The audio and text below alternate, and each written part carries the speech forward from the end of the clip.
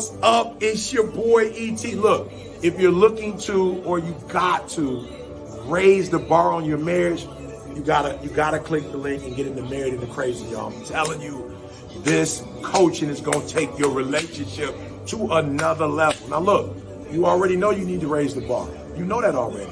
So stop thinking or overthinking. Click that link, and Marriage into Crazy is gonna take you and your spouse to marital bliss.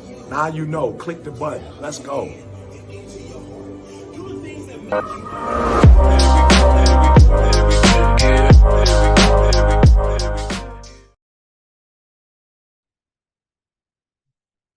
Welcome to another episode of the Married into Crazy podcast with Snooks and Lovey. I'm Lovey. I'm Snooks. And let's see how far we can get into the podcast before Snooks has a coughing fit. Whatever. Hey, we want to thank everybody for coming back and ask for your forgiveness. Last week, We were sick, y'all. we were sick. The whole house was sick. It was very bad. We did not plan for it.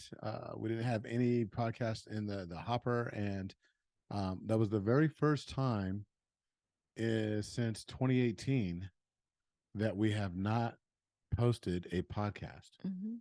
So, I mean, I think we had initially said we're going to try to do a small one, a short one, I should say. And then Larry's like, no, let's just, get something out of the archive and we'll repost it. But we were so that our minds were saying, yeah, you could do it. But our body's like, I'd like to see you get up and go to the office and do that. I mean, it was horrible. It was so horrible. But yeah, we're back now. I feel like we're at 100%, but of course I still may sound a little nasally and I still have this cough. So well, it's not just about being 100%. It's you feel better and probably more like 85%. Okay, that's fair. That's fair. But we thought it would be important to get back on, even for a short podcast this evening. And for those of you that this is your first time, you just discovered the Married into Crazy podcast, know that we are a couple that have been together for 26 plus years, married 26. We've been together for 27 years. 26 plus, that's the same thing. Seriously, just say 27 years. Been married together 27 years, married 26. We've got 3 adult children and 3 grandchildren, one of which actually lives with us. And so we have a lot of experience in a variety of different areas when it comes to this marriage journey, right, to the covenant. We almost got divorced, battled our way through that. Yeah, that was in year 4. So that was early in our relationship, and we had to build on top of that. And then during that process, we learned a lot, met a lot of individuals. And because of that, we've been coaching and counseling couples for over 20 years. It's at first very informally, and then it became a formal thing with our coaching platform, Married into Crazy, which you can find over at marriedintocrazy.com. And the reason why I say all that is just so that way you're just not thinking, oh, it's just another couple out there pontificating and saying what they believe. It's not just what we believe, it's what we've experienced, but not just us. There's couples that we bring on to the podcast so they can talk about their experiences, how they've, overcome certain challenges, and they celebrate their triumphs, and they give their different perspectives. Mm-hmm. There's experts that we bring on with different subject matter as it relates to relationships. And so we bring them on. And so there's a variety of different things that we pull from on top of the certifications that we received. We're both extreme execution coaches, meaning that we've both been trained specifically by either Dr. Eric Thomas. I had an opportunity to train directly with ET. And then there's my wife, who actually trained with his right-hand man, Mustafa Ghonim. And it's one of those things where we take that along with our DISC training, and it's certified when it comes to administering and facilitating DISC training. And then Snooks and I are both level 1, level 2 certified when it comes to the Gottman couples. I always mess it up. The Gottman couples therapy method. Yeah. Right. So it's a mouthful, y'all. So we have these different things. There's some clinical training that we've been able to combine with some of our experiential training. So That's what we share, and that's what we draw upon when it comes to our podcast, as well as our coaching when we're, working with the couples and the individuals that we coach on an ongoing basis. And it's been like that for the last several years. And so we offer the podcast as a freebie, something that we love to do. This came first. Actually, we were coaching couples first, informally, and then we started the podcast. And now and then from the podcast, people were like, you guys just need to go ahead and take it to the next level, which we have. And it's been beautiful. We've coached internationally. We've had clients over in Europe, the upper part of North America and Canada, and of course, across the United States. We thoroughly enjoy what we do because we believe in the covenant of marriage. Mm-hmm.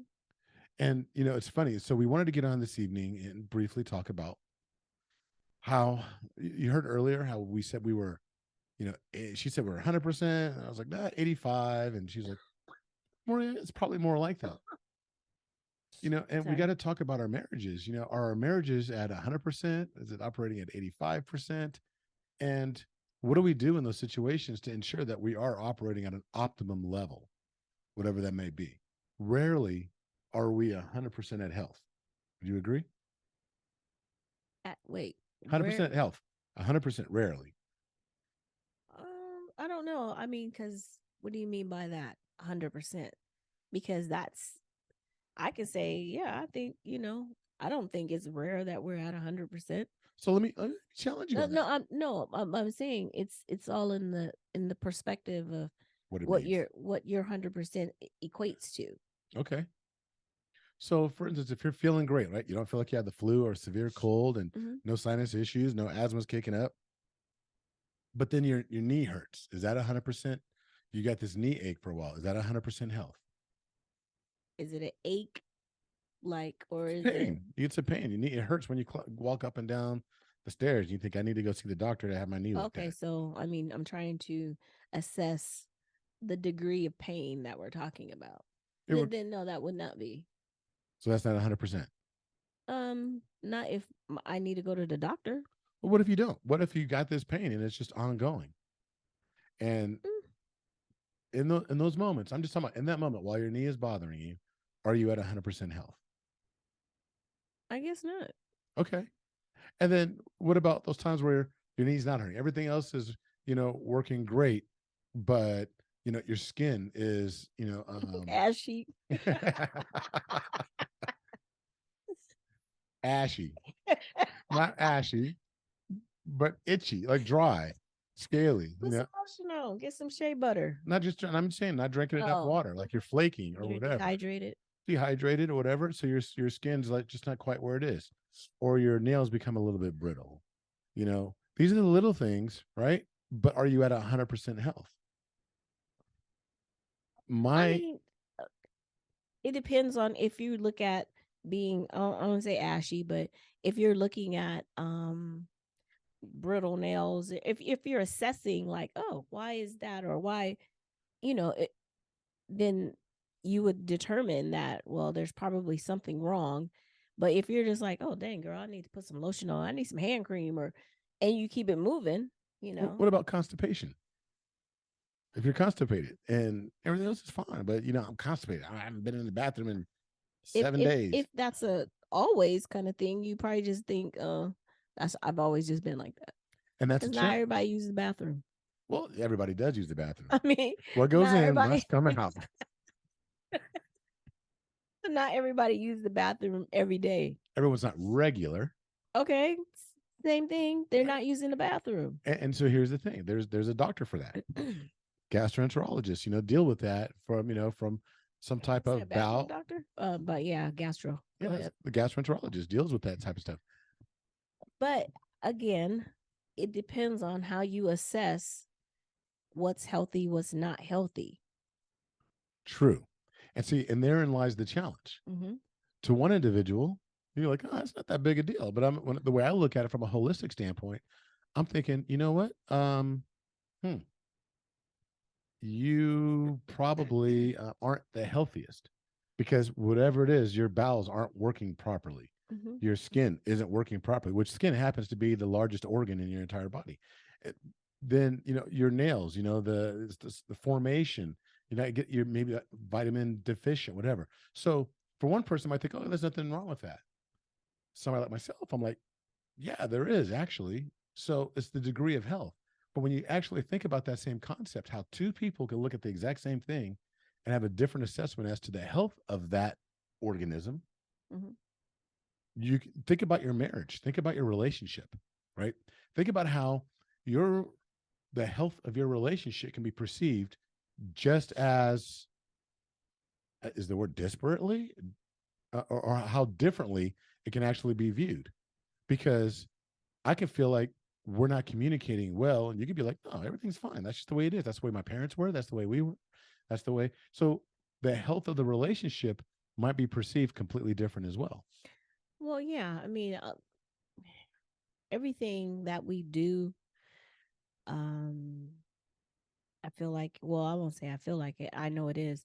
Everything that we do is based on some experience that we had in our history, The- growing up or right. whatever.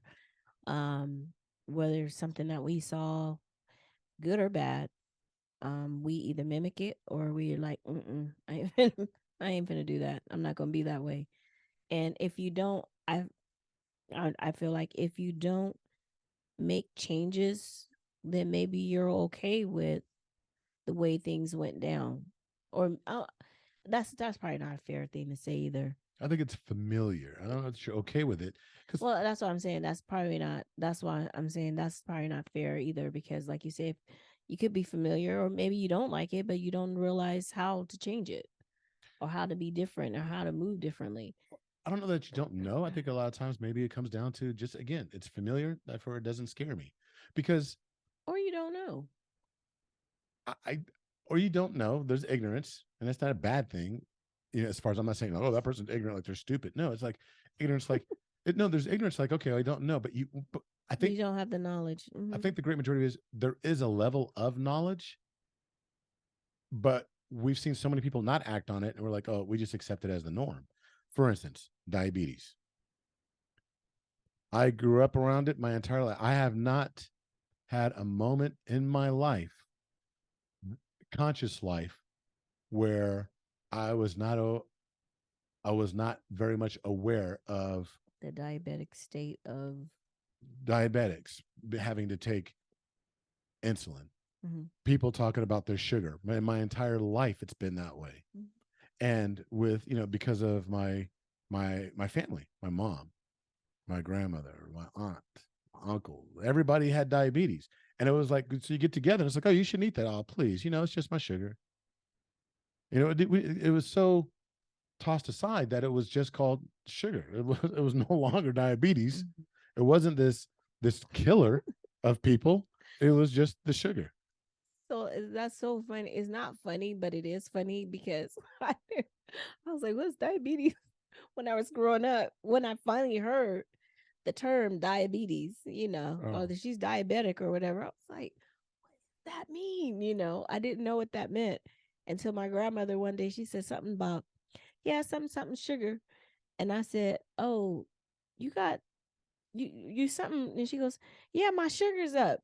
And I said, "Oh, something diabetes." She goes, "That's what that means." I said, "Grandma, I didn't know that," because everybody in my family that had it, or we, like you said, it was sugar.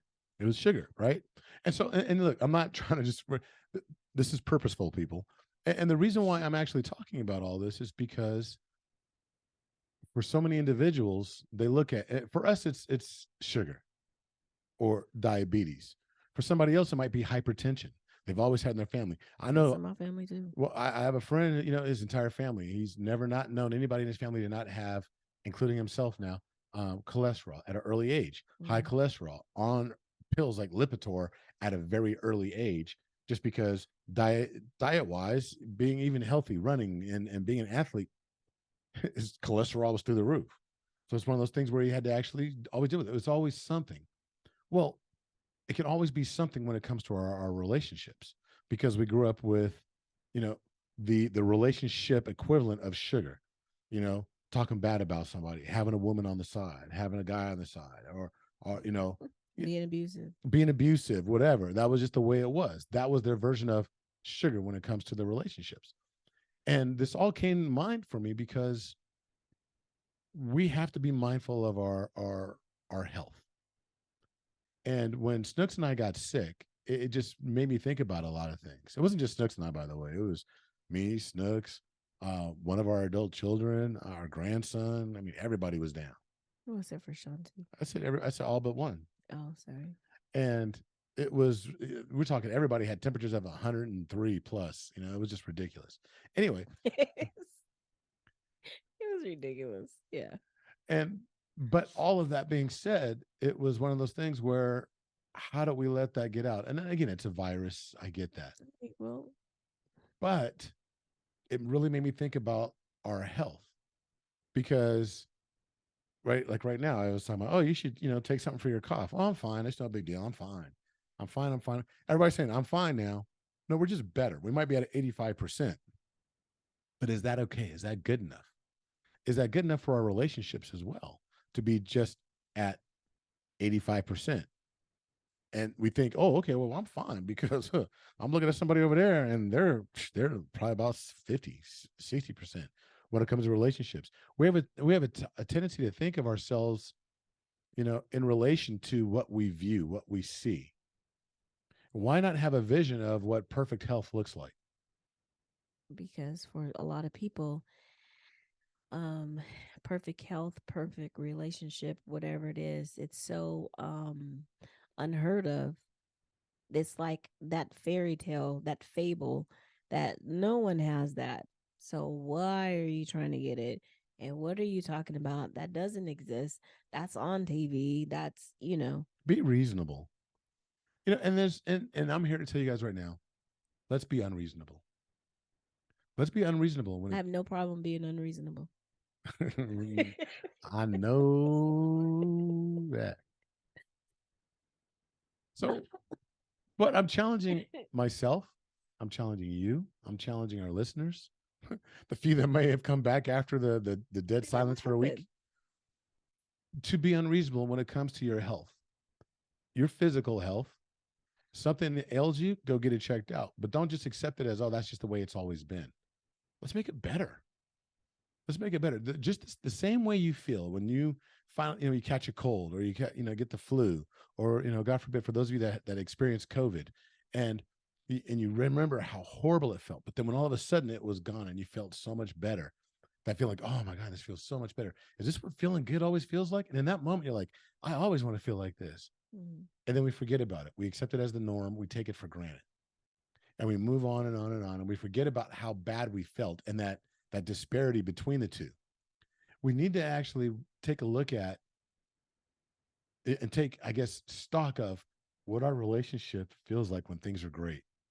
Well, how does it feel? Oh, this feels great. We love each other. It's nice. We're sitting on the couch holding hands. That warm, fuzzy feeling. We're communicating. Everything's just nice. Take stock of that and then recognize that when we get, few degrees outside of that norm, outside of that good health, that we need to recognize that, I need to do something for the health. Not because it doesn't have to be bad for you to want to actually improve upon it. Mm. Right. And then I want us to do the exact same thing when it comes to our relationship every single day. 365 days of the year. It's love 365. Valentine's Day just passed. We shouldn't just have to do a relationship checkup once a year. Like, hey, how are we doing? Here's some flowers. Here's some candy. Let's go out to an expensive dinner. How am I doing? That's it. It's a card. It's this, that, and the other. It should be, hey, you know what? Every single day, I want to make sure that we're in perfect health. And if we're not in perfect health, what can we do to get there? And recognize there will be some down days. And it's okay for us to be at 85%, but let's recognize that we're at 85%. Let's not look at 85% health as being perfect health. Like, oh, I feel great. You feel good. Okay, on a scale of, let's put that on a scale to 100%. Is your relationship, is your marriage at 100%? I don't know that any marriage is ever at 100% charming on all things. If it is, that's great. But you have to recognize it's fleeting. It's momentary. What can we do to actually sit there and say, let's keep it at 90 and above? Well, just gonna say, one thing too. I feel like when you are in those moments where you're holding hands on the couch, or you're feeling fabulous, eating correctly, whatever it is that whatever shift you made, um to get to that 100%. Hmm. A lot of times people think, oh well, you can't maintain it. It's something that you can't maintain. It's like, oh, you did good job, we did it for 2 days, or you stayed on it for however long. um I just feel like that's a mindset that people have a lot. They're like, well, I knew it couldn't last forever. We're ready to accept that it couldn't last forever. Well, we gave it the old heave ho, or whatever it is. So here's my question: Why? Why do we do that?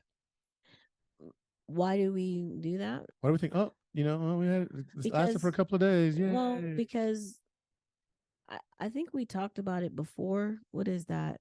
Um, what is it? 85% of our thoughts are negative. Hmm. And we've been conditioned to not get our hopes up high. Don't get your hopes up too high. That's a saying that's so very popular. Well, why wouldn't I get my hopes up high? Oh, because you're just gonna fall farther, and nothing's ever chalked up to where they said it is. And so we're so Debbie Downers, or about everything and everyone, even the most, I won't say, I shouldn't say that, the most positive people, um those that say, oh well, I'm very optimistic about blah blah blah. Oh, but it's like, oh, okay, we don't want to set ourselves up for failure. We don't want to set ourselves up for heartache, because we're so conditioned to believe that it's going to end in a bad way. It's always going to get worse before it gets better. And we're always focusing on the it's going to be worse, it's going to be worse, that's kind of just how I look at it. And again, we have to get beyond that. And I'm challenging myself because I know we're all human, But right? it's easy, and I would say it's easy to stay in that type of mindset if that's what you've been doing for X amount of years, for a very long time. Your mind automatically just goes there. So it's like we talked about unlearning things. We have to unlearn how to be okay with just 85%. Because you got 85%, oh, you're doing good. That's a B, you know, Right. and B is passing. And that's what we want to, it's like, okay, so maybe I don't want to have a B. I want to treat my relationship like I treat my schoolwork. For myself, I'm like, oh, if I'm not doing A+ work, or if I'm not getting an A+, I'm freaking out, and I'm always like, oh my god, okay, you know, and even in that sense, I've heard, well, you just better turn something in, and so that you pass. All you can, a C is passing. All you need to do is pass. But I'm like, but I feel a certain kind of way about the product that I'm putting out, because that's a reflection of myself. So why is it okay for me to feel that way about my schoolwork, which is some papers or whatever, and not feel that way about this that we got going on, Mm. you know? So what I'm hearing from you, and you're right, and it's not just schoolwork. I know people. Well, I, I'm no, just saying for no, myself, yeah, schoolwork. I know people that the exact same work. They'll run themselves into the ground for their job Mm-hmm. because my name's attached to it, and this is my reputation, and I just have to and they'll basically, I mean, literally kill themselves Mm-hmm. because they need to make sure that they're performing well at work, but every other area of their lives is underperforming Mm-hmm. because that's what they place value in, right? That's what they place their stock Yeah, exactly. in. And I guess what I'm hearing described is more of a mindfulness, more of a mindset, and that we, in order to actually excel in those areas, to have better health, to have better, not just physical health, but better spiritual health, better, relational health, to have all these different things requires a level of mindfulness where we just simply have to be unreasonable. We can no longer be reasonable, meaning we can't just say, oh, it's good enough. Or, it's okay. It's all right. It's good enough for government work. It's close enough. Well, there's nothing wrong with 85%. And there isn't in some instances. But I think that where we have an opportunity to become more mindful when it comes to our marriages is to call it what it is. If it's at 85%, let's say, you know what, I'm about 85%, and do I want to get better? But having a conversation with my spouse about, I feel like our marriage is at 85%. And then, oh, how do you feel about it? Oh, I think it's at like 90%, or I think it's at 95%. Okay, well, now we need to have a conversation about why there's a disparity. What's the 10%? Yeah, where's that 2% difference? And why, but that's where the beauty is in, hey, it's not to drag one down. It's about lifting both boats up. Like, let's figure it out. Okay, are you okay with that? Is it and if you are, it's like, okay, well, maybe this is just my personality, who I am, where I'm at. This is how I view a lot of different things. But it's a conversation. And I think even in having that conversation, it raises it from 85% now to 87% because you're having Well, this level of transparency between the two of you. I mean, hopefully it raises it, because it could also it can raise the level up to 87, or it can raise the red flags or whatever. Because what you mean you only feel 85%? Well, I mean, you know what I'm It saying? can. It can do that. It can be that. So we need to make sure that when having the conversations, we have to be able to have a safe space to talk. Um, You with talk our about that a lot. to talk. You said what? So no, you say you're good. You talk about that a Oh, lot. I mean, it's very important, because if I want to be able to be fully transparent in my relationship, and I can't do that if I don't feel safe enough to do it. And I don't mean safe from physical violence. I mean, obviously that, but if I don't feel like you're gonna listen to what I'm saying, you're gonna berate me for it, or here you go again, blah blah blah. That's gonna turn. Those words are gonna turn on me. You know what I'm saying? Right. And then I'm gonna get in my feelings, and I'll remember. Oh well, last time I brought this up, this is what he did, or this is how she reacted, or so it's not okay for me to say, blah blah blah. So then we go around being fake. You can't be real, and then you wonder why you're disconnected. If I can't be real and transparent, where's the connectivity? It's not a real connection. So at any moment, something goes haywire. That's it. We're done.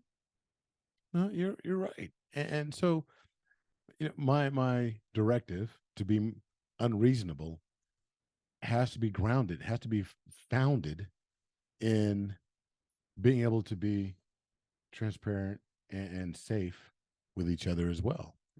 So let's talk about this. Look, let's give 3 tips when it comes to specifically being unreasonable when it comes to your health. Meaning when it's unreasonable when it comes to your physical, your mental, your spiritual, your relational, all of this, so that way you can have a better marriage, you can have a better life, you can have a better chance at actually growing and evolving in this thing we call life. The very first thing is going to have to be about developing your trust. So we had mentioned the Gottman Institute, right? And some of the training that we've received. They have a thing called the Sound Relationship House. And so for us to be able to have true health, best health possible, we're going to need to actually ensure that 2 pillars that are crucial to standing up this house have to be intact, and it has to be consistently worked on a daily basis. Deposits made into these 2 weight-bearing walls.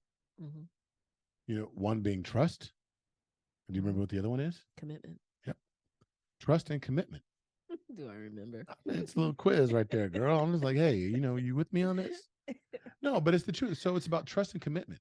I'm talking about health, but your health is predicated on your marital health is going to be predicated upon these 2 weight-bearing walls of what we call a sound relationship house, and that is one wall being trust, the other wall being commitment.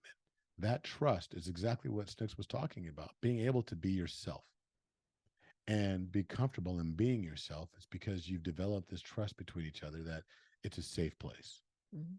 But then there also has to be that commitment to each other, and that no matter what, when I share with you that it's here, that you are going to have this safe place, Mhm.